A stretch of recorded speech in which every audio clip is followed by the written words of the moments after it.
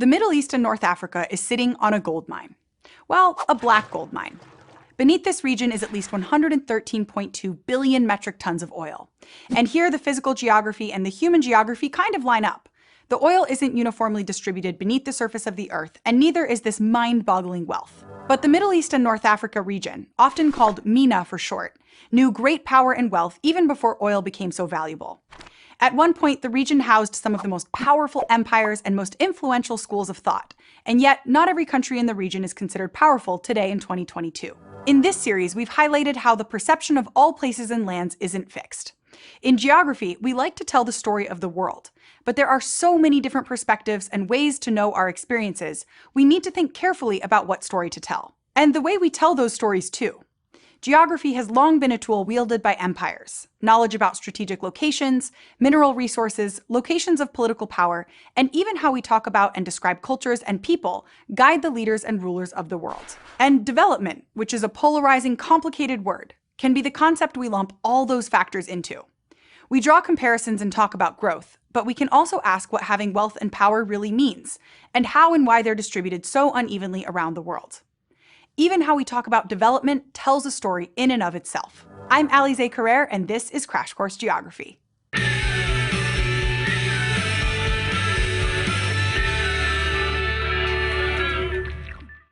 When people talk about how resources, wealth, or even politics are distributed around a country or region or the world, those metrics are often collapsed into one concept called development. And we tend to think of a word like development with a certain amount of permanence. Countries that are developed stay developed.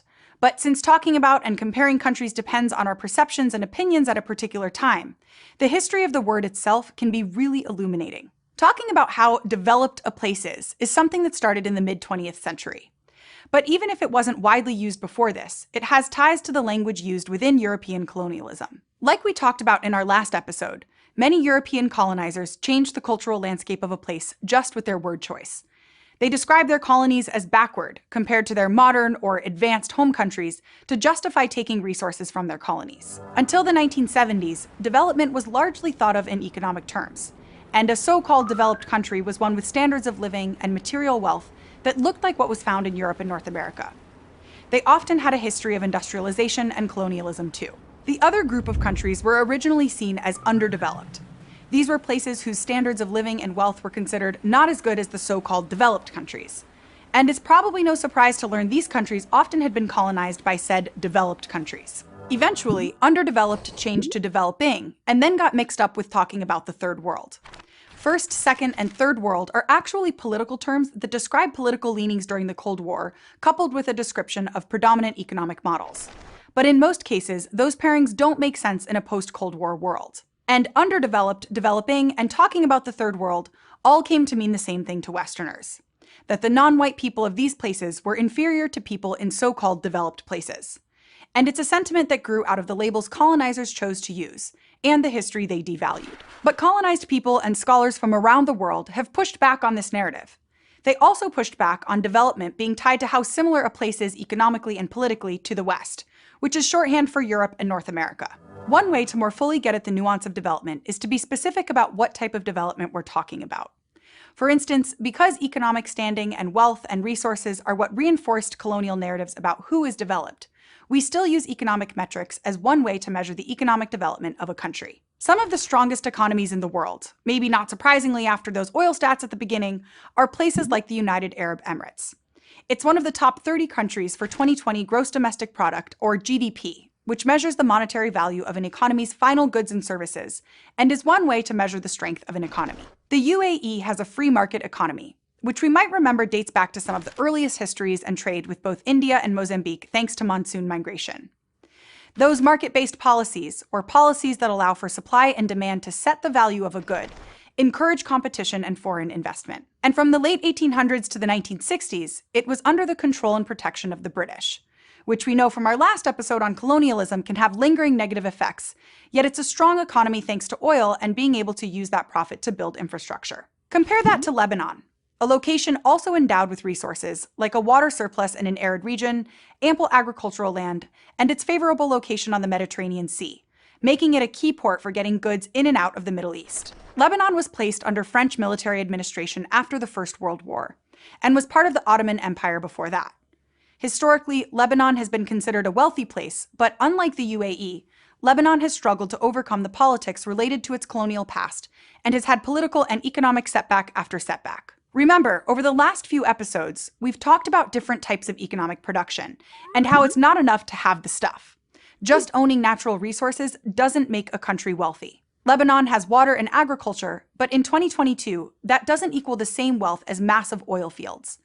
And even having oil fields doesn't guarantee wealth, and certainly not wealth for all people within a country. And if something is distributed unevenly, there's a geographer somewhere trying to understand why. As geographers, knowing that economic development is often what development is taken to indicate, we might also cringe at some of the latest iterations of terms. We might hear people talk about the global north versus the global south, or countries being more or less industrialized. How we talk about development is still evolving. But so far, we haven't come up with the best term.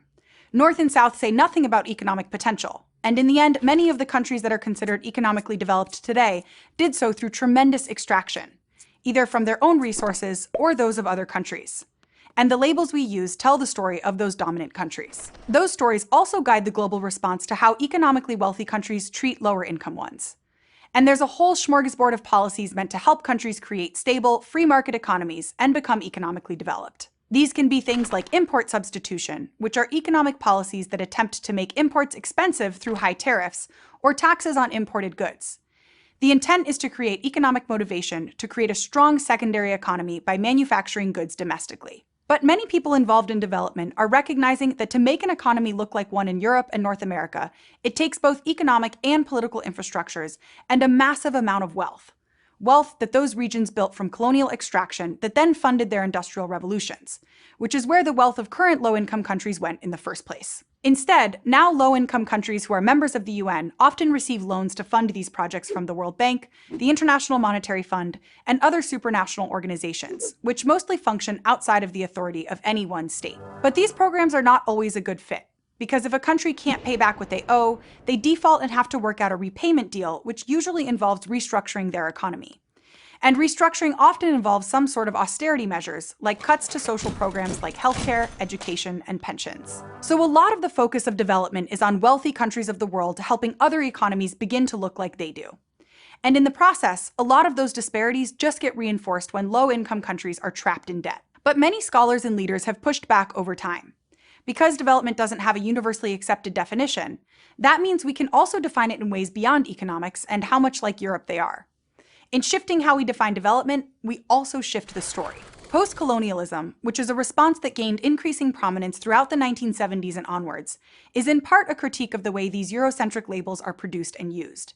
It's a framework that focuses on politics and activism in order to assert that formerly colonized peoples have a right to access resources and earn material wealth. In addition to reinforcing colonial stories, economically focused development also tends to reinforce a male-centered version of what we give value to. But societies that value traditional practices that are used to protect natural resources or traditional knowledge to minimize crises, or informal economic structures that provide mutual aid in a community might view development differently. These are all roles and knowledge traditionally managed by women, but are not often counted as economic development. We can also use other metrics beside GDP to measure development. Economists have pointed out that the traditional metrics can't measure quality of life or overall social and physical health of a society. And throughout the late 20th century, increasing emphasis was given to the Human Development Index, which is calculated by the United Nations. This is a compound index that looks at variables like access to safe water, birth rate, death rate, education, and access to healthcare to determine a country's level of development. For example, in 2019, the UAE had very high access to education and educational infrastructure, which gives it a high HDI score. It also has a high score for things that feed into economic infrastructure, like 100% of the population has access to electricity. But because so much of those metrics rely on funding infrastructure, Lebanon doesn't score quite as high. Another quality of life index is the Gender Inequality Index, which can show income disparity. For the UAE, men and women seem to have equal access to education and healthcare, but women make far less than men on average, and that's a trend throughout the region. But even these human-centered measurements tend to still point to an economic quality of life. There are also metrics for measuring environmental and socioeconomic sustainability, and even happiness. For instance, there's a gross national happiness measurement, which is an annual survey asking people about the overall quality of life they live. But each of these metrics pretty much highlights a single way of thinking and talking about the success of a given country. In the 2020s, development organizations are rethinking how they encourage economic growth in the Middle East and North Africa, a region with a large young population. And there's some effort to manage the region as an economic whole rather than several individual states. Internationally, countries like China are also rethinking foreign investment by investing directly into infrastructure in return for land for factories, thus eliminating the need for loans. Ultimately, we have to think more broadly about what it means to be developed. Remember, in order to score high on the economic measures of development, an economy has to produce and consume a lot of stuff. And it's been estimated that if all countries consumed resources in the same way as the United States, we'd need 4 Earths. As the globe deals with a climate crisis caused by industrial development and struggles to understand the lasting damage of colonialism, we will need to rethink what development is and how to access resources and commodities in an unequal world. And one area we can start with right now is remembering that ultimately, we need to put people first, both in deciding how we measure these sorts of things and how we implement the changes that are necessary. How we define development matters because it shapes the interactions that are allowable, where wealth gets located, and the global discourse on what is acceptable economic practice and what isn't.